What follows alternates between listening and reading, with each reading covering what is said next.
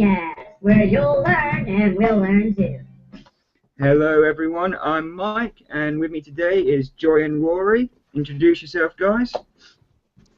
I am Joy. Sorry. That's fine. You go first. Okay, so I am Joy. I do music. I write every now and then. Also try to be funny. Emphasis on try. Rory? I'm Rory. I don't write currently. I play instruments and want to get into writing songs, and I have read stuff in my life. A fair few bits of stuff. So, yeah, I like the concept. Yeah, so what we're saying is, Rory, you're our well-read companion. I think that's quite We can nice. try go with that, yes. Yeah. So anyway, I'm Mike. Pretty much I'm the instigator of this podcast. I'm at the moment in the first, well, quite early stages of my first novel, which is epic fantasy. I won't go into too much detail, but really this podcast is just to talk about all the different ways of helping new writers and things like that get their foot in, really. And you guys have seen today's first topic, haven't you? Yes. Yep. Okie dokie. So what you're doing is we're talking about writer's block and self-motivation, as in when you get to that point, and you think, you know, I don't really know where to go from here, or you just can't even feel like you get to the computer and maybe you go, I'm just going to go take a nap, you know. I mean, I think we've all done that when we're doing anything. Maybe it doesn't even have to be writing, but projects, sort of making music. I mean, me and Roy, we're both programmers by trade, so really when you sort of get to that point, sometimes you sit down, I'm going to do my own little project, I'm going to do this, I'll get it out in the App Store, all that sort of stuff. It doesn't usually come to fruition, to be fair, but so yeah, we're going to discuss today sort of ways that we think that you can sort of get over that and sort of continue developing and producing work, really. What's your thoughts on this, Joy? Well, it is, well, a good thing that we try to actually think about ways to get past the whole procrastination and everything, because I myself fall into that category way too much. My only, saving grace is that my procrastination is positive procrastination, so I learned how to play the solo to one by Metallica once because, well, if you're not going to do something, might as well try. But yeah. Yeah, you see, I just don't have that. I'm not a musician at all, really, so I don't really have that vice. It's what I'm going to call it, guys. I'm going to call music a vice. If you want to get some writing done, put the guitar down and pick up the keyboard. I was going to say pen, but no one uses them in it, like nowadays. So, yeah. So what? No, anyway, I've sort of got a few notes that I've written down. So for writer's block, I think one of the most important things to do is just book a slot.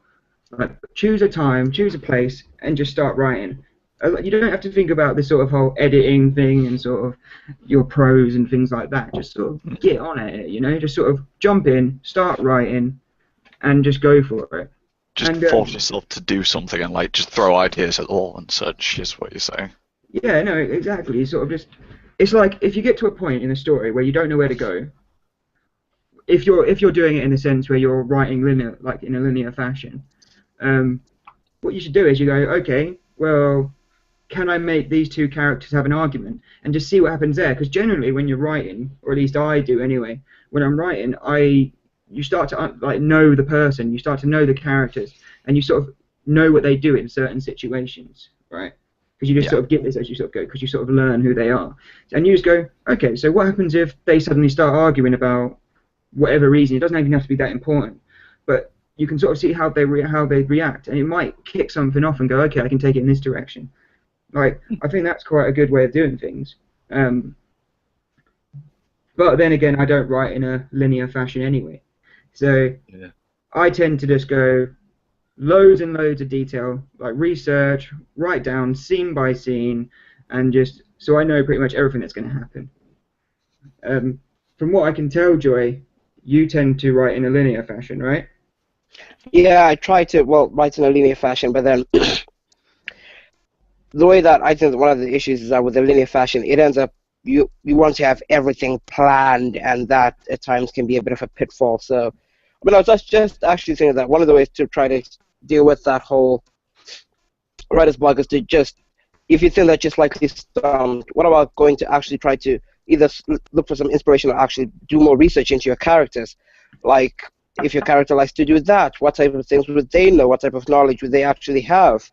Like, you know, with the story that I was trying to write with the whole criminal thriller and everything else, I just thinking that, well, with the settings that they have, some people are going to have specific knowledge that's going to go with that. So instead of, well, when you think that you're slightly stuck, go and research something that actually goes into that as well. Well, I mean, it's So also the when time you're isn't all that developing fully wasted.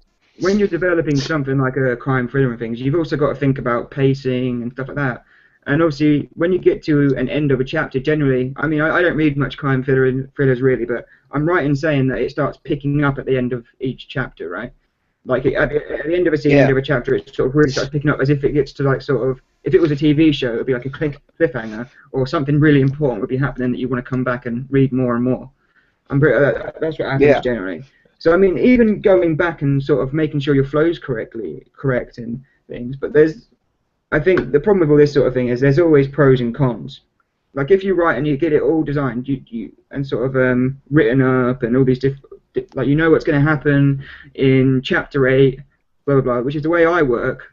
But what happens is it doesn't really give you that much freedom later on because you've done all this work earlier on. You sort of know how the story's going to act, and you sort of feel a bit restricted to it. Whereas if you're writing in the linear fashion, you can sort of go and you can just sort of go with your mind, and it seems to be more emotional. You see what I mean? So you can have all those emotions in, and it's more character driven than plot, I guess. It depends. It depends what you're looking for. So let's say, but then you don't want to end up in the pitfall of like the writers of Lost. Right. Yeah. If you've ever watched that. But is that really plot driven, or is that just they're just going, how the fuck can we actually explain this? Because I think there's a bit of a difference there, you know.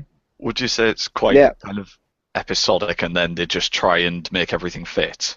Yeah, I'd say that's pretty much what Lost was, and I kind of liked it up to season 5, but then when you go anything further, it's sort of it's a bunch of crap to me. The final season was just awful. Okay, spoilers, they're all dead, right? Holy shit, man, were they? Yeah, all dead, and there was like the guy who was Smoke was some guy, and then there was another guy who was a white guy in a white robe. Very, very, very awesome writing. It was great. I still need to get around to watching that, just to kind of... It's okay, Rory, that is the spoiler, but it doesn't actually ruin it at all. No, it doesn't. No, it actually doesn't. No, I know, that's what I'm saying. Wow. It's largely about sort of like the episode-to-episode mystery from what I've gathered, isn't it? Yeah, it felt to me like it was sort of, you got a bucket, right, and there's loads of like good ideas, and you just keep throwing the shit into the bucket until it's all just like shit. I don't know. A shit bucket. Yeah, I really enjoyed it.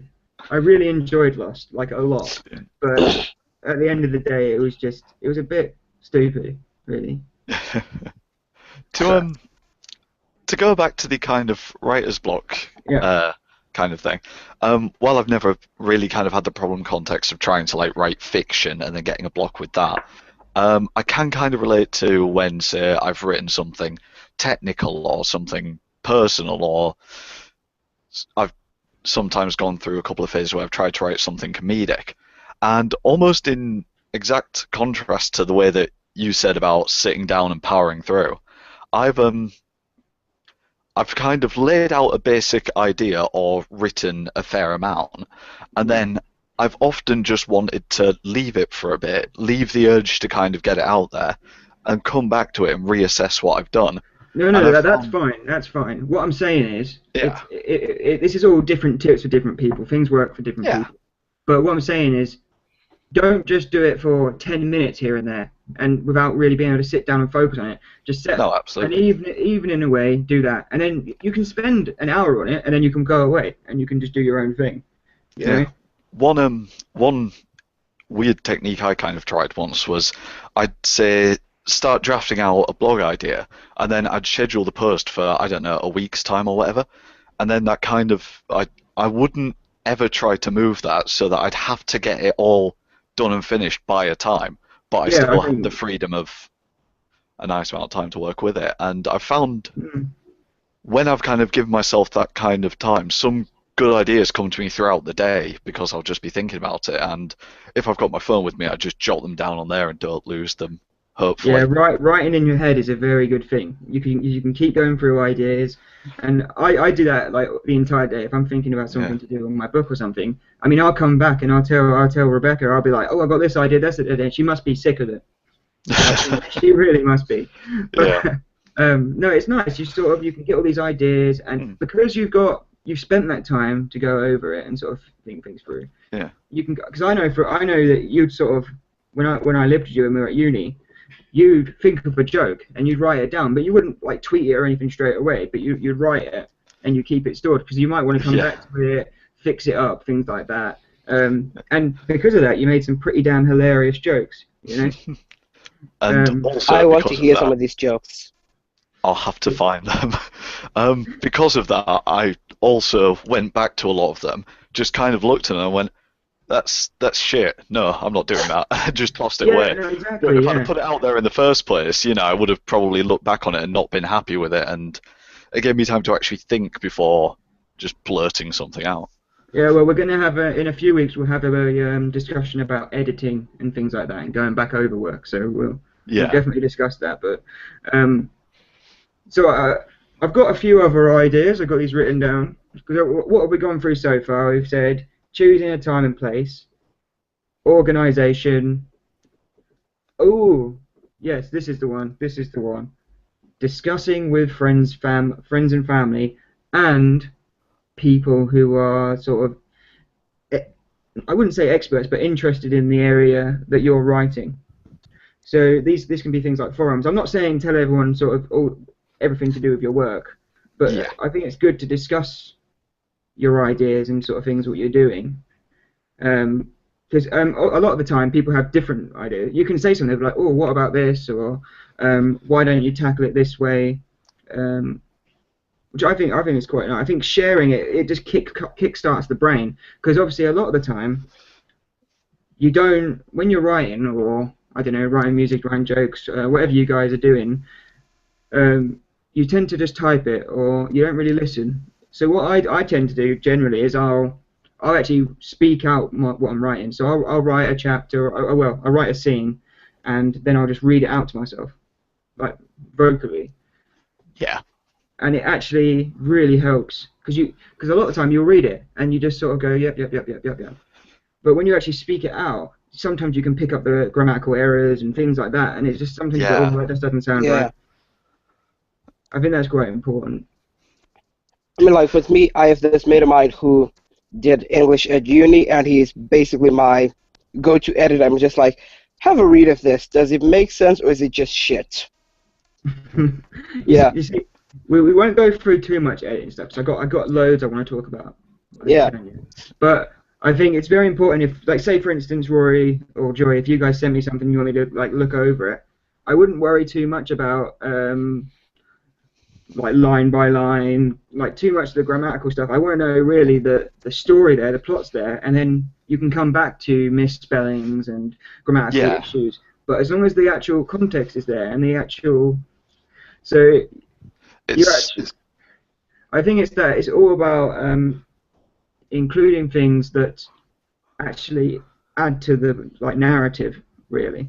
yeah. Would you say it's something along the lines of kind of like grammatical errors, spelling errors?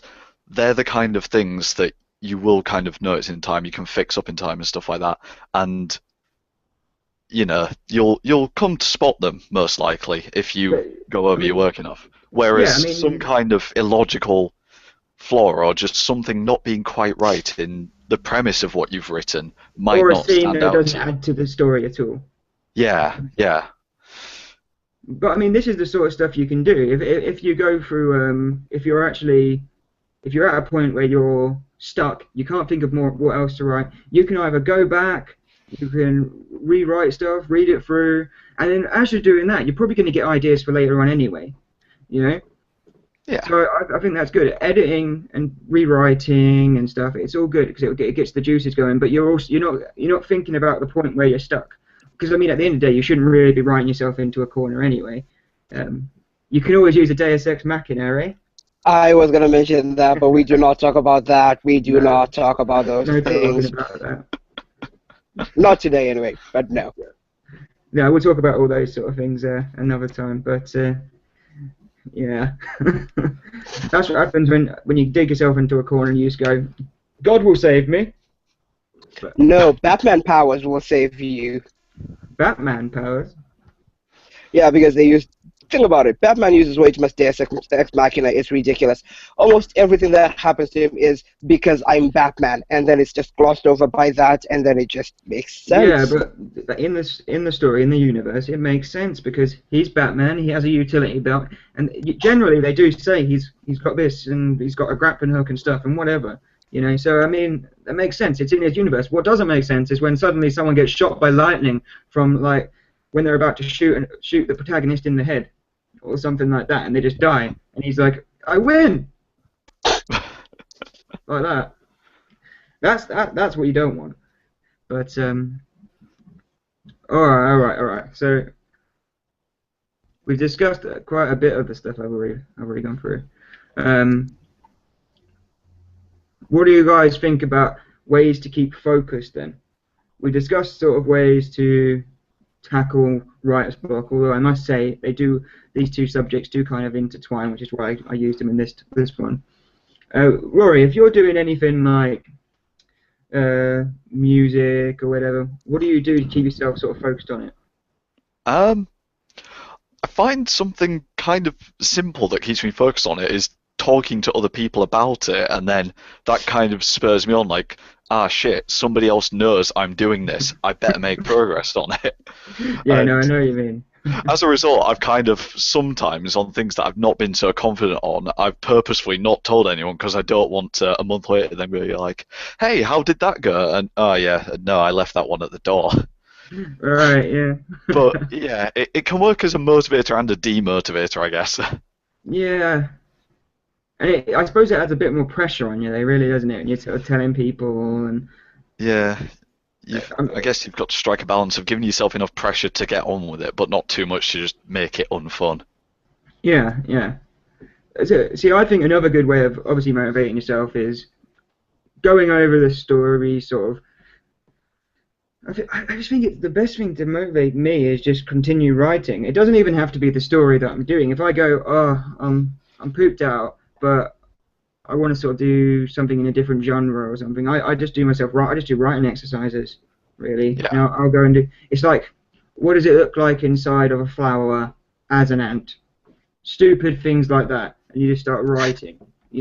Just pick a Okay. subject like that, and you go off, and then generally you sort of get a bit that gets the creative juices going, and then you can jump back, and then I'm sort of all right. I can do this.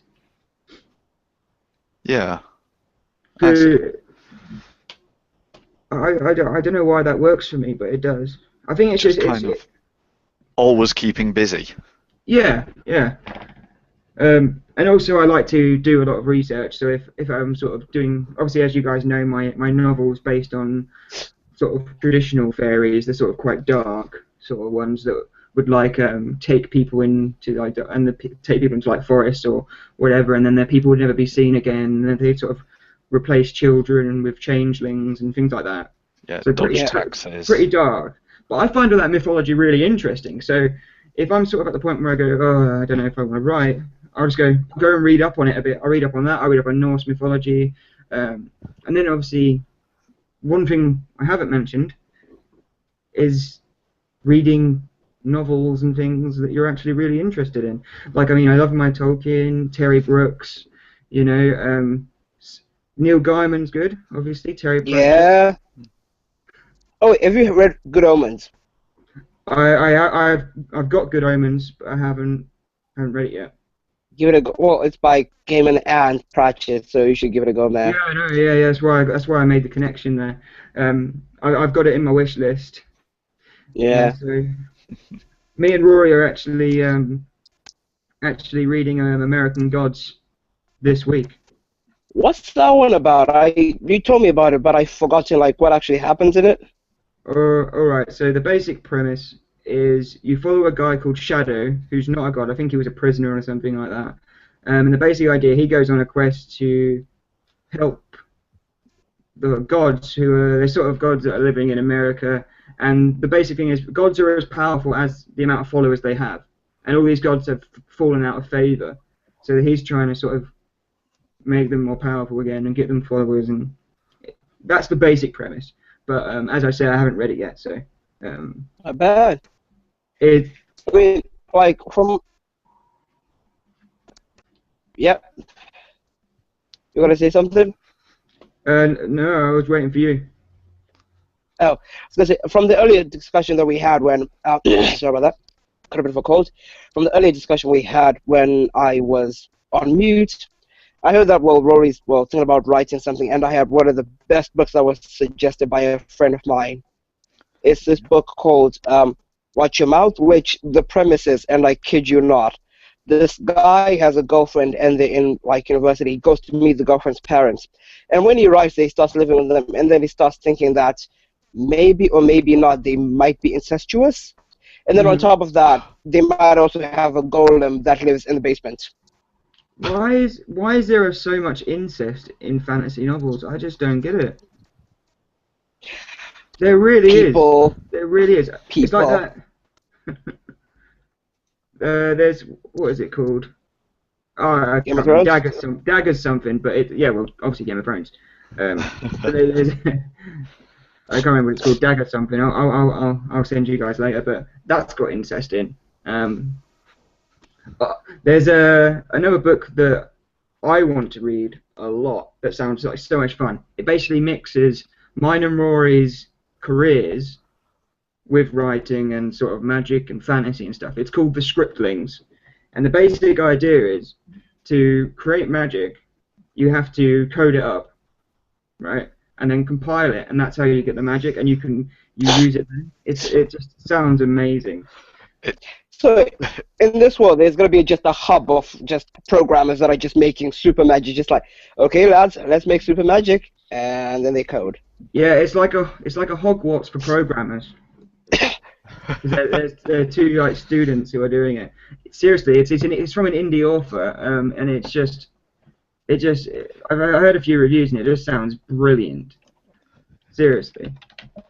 Wow, it's one of those things that's really kind of out there, and it could be really quite interesting, or it's meant to be really good. It's by it's by Soren Susu. Oh, okay. Scriptlings. I'm just accumulating books now that I need to like just read. Ooh, it's actually on Kindle Unlimited, so I'm reading that later. Right. Yeah, so I guess another thing for stopping writer's block, keeping yourself motivated, is just to really just about any like sort of thing. This is in my opinion. I've got so many books. I've got 100 ways to improve your writing. Make your words work. This has loads of really good exercises in this one. Really good. I've got novel writing and stuff like that, different books.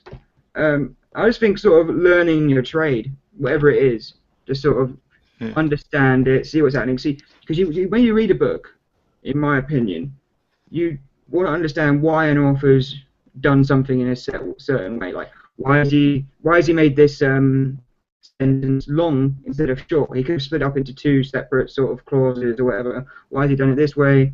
And it's all about emphasizing a particular reason, because obviously you write for a particular result. Like you either want the reader to have this amazing quest, and you want it to be quite grand and epic for like epic fantasy, or you want to do it like heroic fantasy. You want them to follow this sort of, I suppose Conan the Barbarian's a good example of heroic. Where you sort of follow this sort of powerful sort of fighter and stuff, and he's sort of just going through chopping people's heads off and shit. It depends what you want from the story, but there's always different sort of little things that you have to understand. So reading these sort of books and things is really helpful for me, because it sort of makes me think about it. And then that at the same time, it's not just helping writers block and things. It's really inspiring me, so it motivates me, because I want to write as good as my sort of my idols, I guess. You know. Yeah, it kind of puts into words the thought processes that people go through, I guess. Yeah, that's it. Yeah. And well, you can learn a fair amount of that just by reading other people's works and just thinking about it. It's nice to have a book that explicitly tells you some ideas, gives you exercises, I guess. Yeah. It, Well, I think it definitely sounds useful. the exercises are the really important thing because it will go through, it'll explain all these things, and that's fine. I mean, you can read these things like this one, which is by Gary Provost. I don't know how to pronounce his name, but he's brilliant. Rest his soul. Basically, it's really good. You can use it as a reference manual, so if you want to know something, let's have a look. There's a bit that says avoid these common mistakes, 12 ways to avoid making your reader hate you. That sounds useful. Like, that is just brilliant. Look at this. And it's just got loads of really interesting stuff. And you can use it as a reference manual. It's got examples in there as well, and it's got stuff that you can do to sort of train yourself, you know? Yeah. Brilliant. Because you're getting, like, for me, what I'm saying is you can obviously do this with music and stuff, because I don't believe that you can't teach yourself how to write, but I kind of think that it's the same as learning an instrument. Is practice, practice, practice. You're never going to be the most amazing writer out the bat. Like I mean, this novel that I'm doing, which is going to be like a standalone, that could be slightly open-ended if people like it, you know. Yeah. I'm not going to expect it to be like my work of art, my sort of perfect bit of art, you know. I'm not expecting that. What I'm expecting is it's going to teach me a lot, and then the next one will be a lot better, you know. So. Yeah, absolutely. It's a learning process for you. Yeah, no, in exactly. as much as it's entertainment for yourself and readers and such. Yeah, yeah. I think it was... I can't remember who it was, but I was reading about some writer who wrote some series, and they admit that they wrote their first book when they were, you know, quite young and hadn't learned all the tricks of the trade they knew now. And in a lot of ways they kind of regretted that because they weren't able to go back and touch it up. But a lot of people still liked it, and they enjoy being able to see themselves progress over time throughout the series. Was that Terry Pratchett? I don't think it was, no. Because obviously you know his first book, The Colour of Magic. I mean, I like Terry Pratchett, but I'm not saying I'm an expert in him. But he's like the Colour of Magic is a bit like a parody fantasy. Mm-hmm. And then basically as he gets further and further, it's not as much parody as it is satire. Yeah. And it's written a lot better, and he does better character development and things like that. But obviously he's done like 50 books in Discworld, so it's like, I mean, he's a really good example of that. But I don't think it should stop you from publishing, especially like self-publishing, because I mean that's the era we're in now is the self-publishing era, and I think it gives a lot of people the opportunities that you wouldn't have had even like 3-4 years ago. Yeah. I think it's quite good. It's just so much, even if you're not... Oops, sorry, Hugo. I was going to say, like, well, to go with the self-publishing, like, if you look at some of the, well, top-selling books that are there right now, I dread to mention it, but it actually sold, yes, 50 Shades of Grey started online. We will just skip over that. I know, I mentioned it. No, but no, yes, for that's fine. 50 Shades of Grey started on a forum, didn't it? I know, it started off as fan fiction, in fact, and then it just built up from that. Yeah, but to be fair, she was married to a publications guy or publisher or something like that. Oh. So that takes the fun out of things. Yeah, it does, but it doesn't matter. But yeah, anyway, thanks for mentioning 50 Shades of Grey in this completely masculine podcast. One thing I was going to say is, even if you've not got the end goal of, you know, becoming a person with your books on the shelves, it's so much easier and cheaper, I guess, now to just write something up, share it for like no cost and effort, and then actually get feedback in, you know. Yeah, no, definitely. I mean, you can sort of get your book written up. You can get it self-published using the Amazon KDP, I think it's called, Kindle Development Publication or something like that. Yeah. And then you can also go on to things like, I think it's, I can't remember what it's called. You can get your sort of front covers and things all done online, quite cheaply. And generally, there's these sites where basically people have a contest for your front cover and stuff to design it, and then you pay the one that you think's the best. So you're getting these really good cover designs, and it's not that expensive. It's like £100, and for like your book cover, that basically if you get a good cover, it means you're going to sell. Right? Cover's very important. Right? I'll add the link to the website down at the bottom. I've got it somewhere. I'm planning on using it once I actually decide to publish. But then obviously these sites as well, you can actually get your book. Like you could order like 300 copies of your book once you're done, and not have to rely on an actual traditional publisher whatsoever. Yeah. Like, it's brilliant. I mean, that's inspiring in itself. That motivates me, because I mean, a lot of the times when you're sort of thinking, I don't know, like 10 years ago, you'd be at the point going, I'm writing this novel, but I'm never going to get it published. It's just such a little chance of doing it. But nowadays you don't have to worry about that. As long as you've got kind of half decent, as long as you can write, and you've got a good idea, and you can go places. I mean, you can really start. I mean, I'm not going to say it's easy, but it's a lot more. You can get it out there. You know, you can get these books out there now, and that's inspiring. It's much more feasible to get your name out there for not any cost to the consumer as well, I guess.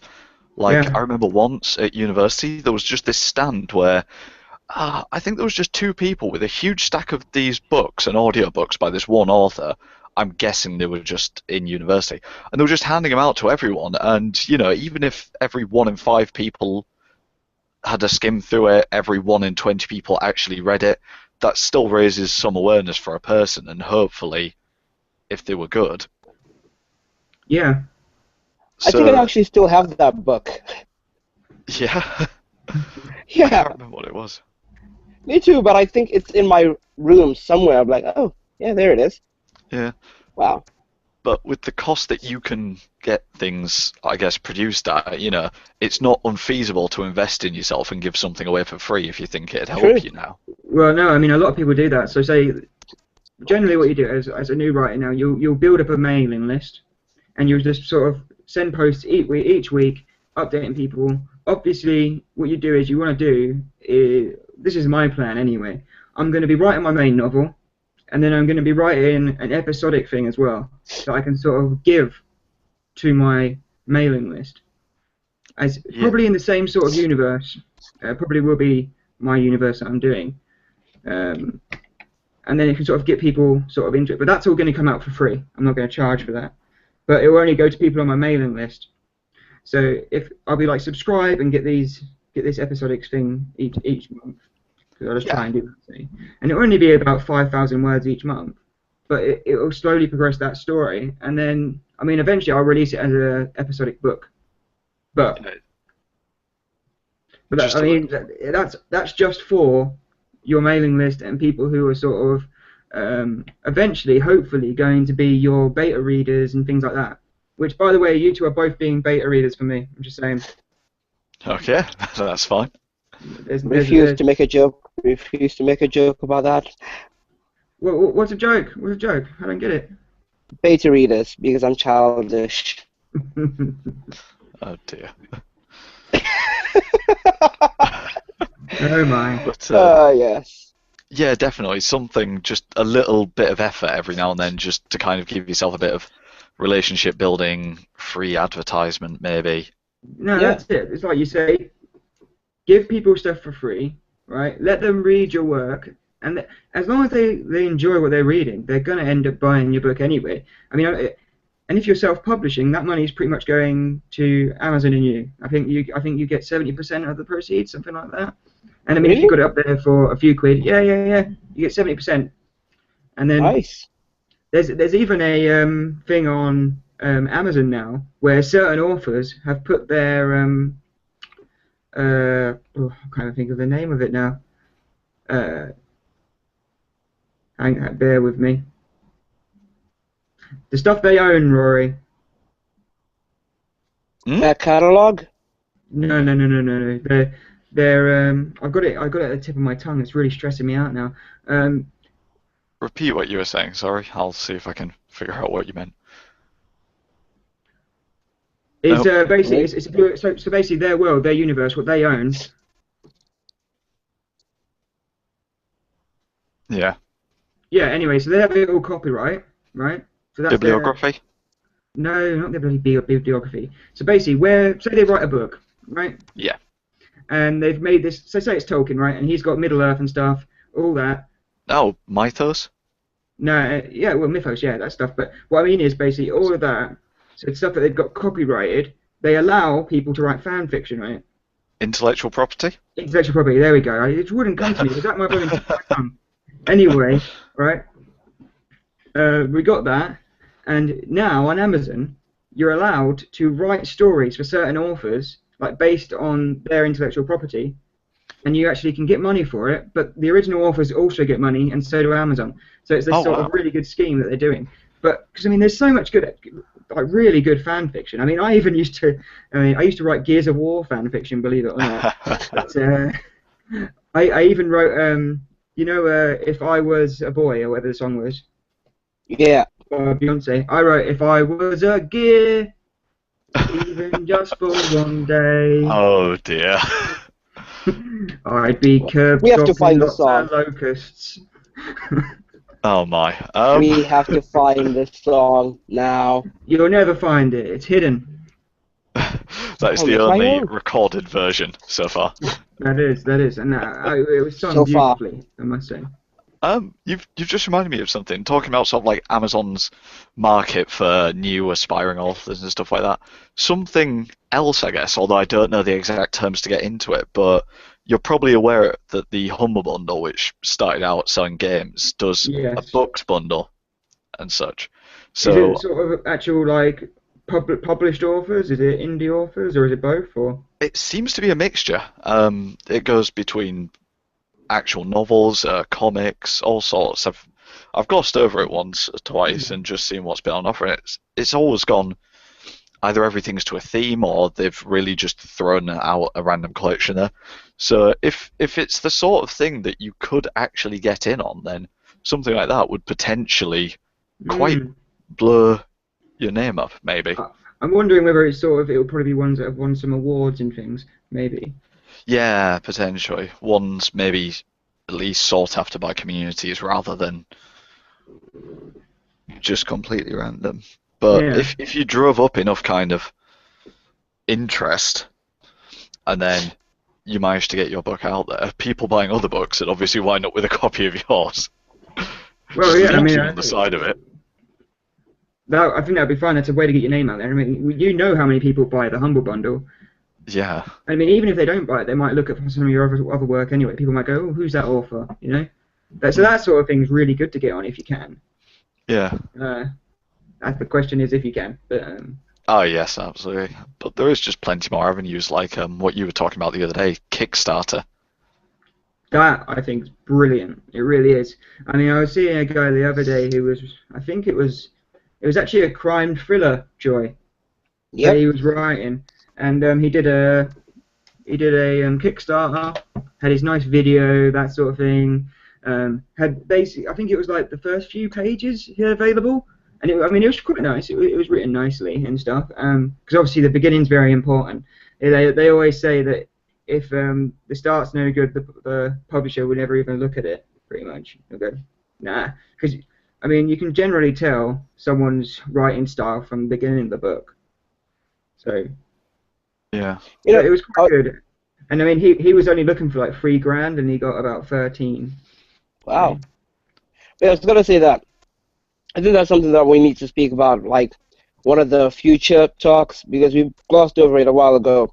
How openings really make an impact, not only in writing but in many a genre. That the way that something starts helps define everything, and Yeah. if you start off sloppy, it just, yeah. Yeah, I think it'll be in a future one. We'll go through that. We'll go through the like different parts of the book and what's really important. We'll do that. I think we're actually coming to the end, actually, guys. I think that's pretty much time. Wow.